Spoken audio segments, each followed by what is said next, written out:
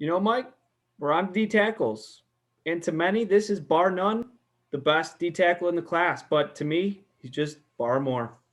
How you doing today? I'm doing good. He is just Christian Barmore, obviously. Getting into the stats and background, what you're going to see is not a lot, right? Obviously, a smaller sample size with Christian, as well as a lot of the other D tackles we're going to get into, in all honesty. But as you see here, a pretty productive 2020. 8 sacks, 9.5 tackles for loss. Mike, what do you make of that just right there? Because at face value, that's obviously really solid.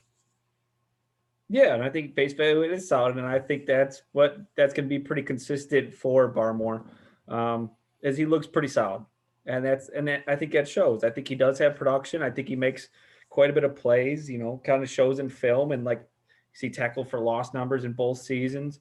Um, the sack numbers come year two. I think he's pretty solid all around player. No, I agree with that. I think that he certainly did have a productive 2020, and you saw flashes of it in the 2019 film that I watched as well. So, getting into my grade, kind of talking about those flashes, as you'll see, I probably have him graded a little bit lower than the rest of the draft community was or would have, I guess I should say. I've seen him as most people's DT1. I've seen him on other people's uh, big boards as their top defensive player. Mike and I were just watching a video where they had him there, and I don't quite think he's at that level, but I do think there's some potential. I think that particularly as a pass rusher, if you put this man as a three technique, he has good explosiveness and quickness. The only question is his first step is very inconsistent. That's why I gave him the 12.25. I think if he can sort of cue that up a little bit better, he'd be a little bit higher there. Otherwise, his motor, he has really high motor. But one thing that I did want to note is his leverage. I thought he played a terrible leverage, and I honestly probably should have went a little bit lower than the 2 because a lot of times he would just be laid off the ball first, which is obviously a negative, but then he'd stand straight up and guys would get right into his chest. And then from there, he wasn't really able to do much. There were plays where he would have some good hand usage and be able to disengage well. That's why the block shedding is up there at 7. But once you're in his chest, it felt like there wasn't much that he could do from there. So, Mike, just kind of general thoughts there on the overall grade. Agree, disagree? Where are you at? Yeah, so I think Barmore is kind of a hard player to put on a scale like this. Reason being is because I think he shows every category in certain plays, and then others you just really question if he has that ability to kind of upper echelon first round kind of talent, where a lot of people have him. One thing I'd say was consistently kind of lacking on film would be first step.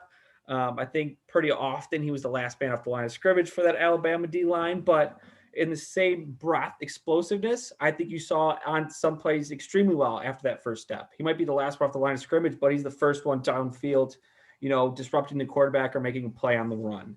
And then from there, same thing with pass rush ability. Sometimes I think he did a really good job disengaging from whether it be a guard, center, and then making a play. Um, in the passing game, I think anchor strength, I think showed in some plays, and then others just extremely lacking. Especially a double team, he was just pushed out of the play. Did not do a great job anchoring himself. So I don't think your grade's awful. I guess looking compared to other talent, I don't know. Some plays you see, it looks like he has a really high ceiling. Then others, you're like, what is this man doing on the field? But you know, Alabama's done a pretty good job of producing D tackle at the next level. So, um, and he only had minimal experience. So I think that just offers more potential than maybe what I some of the plays I saw in film. But um, I don't know. I think 75.25 just off final grade doesn't look too bad. Well, and then kind of going off that point, as you said, he was also rotating quite a bit in and out there at Alabama.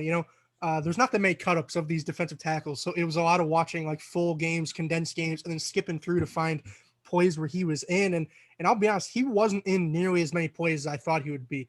He was more of a specialist than you would expect out of sort of these early round one tackles, at least as he's being regarded. And honestly, that kind of threw me off and threw me for a loop just in general, because you'd look at him 6'4", 310, ran a 4.93 40-yard dash as pro day. You'd think that's a 3-down guy.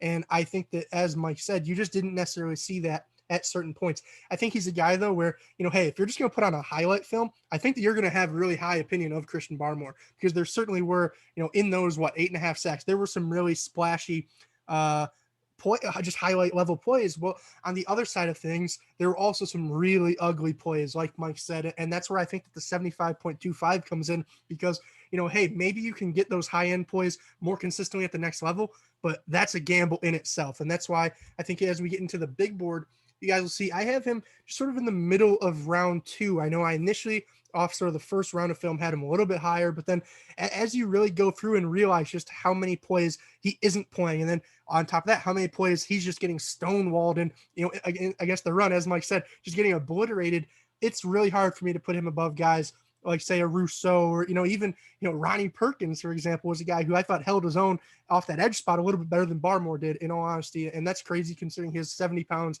difference on him there. So, Mike, according to the big board like this, would you agree to this point that that's where Barmore should be? Or do you think a little bit higher, lower? Where does he fall? Taking another look at this, and maybe I'm having Weaver and Osai over Barmore. Reason I think first of all, if we're doing based off position grade and adding that position premium, I think edge over D tackle any day of the week. So I think both Weaver and Osai are more polished players, and I've seen better production at a more consistent basis. And I know it's hard sometimes comparing D tackles to edges, kind of like we had the conversation with I forgot what player, but production from a D tackle compared to a linebacker. Sometimes it's hard to do that comparison, but I think Weaver and Osai already, I think, have a higher floor.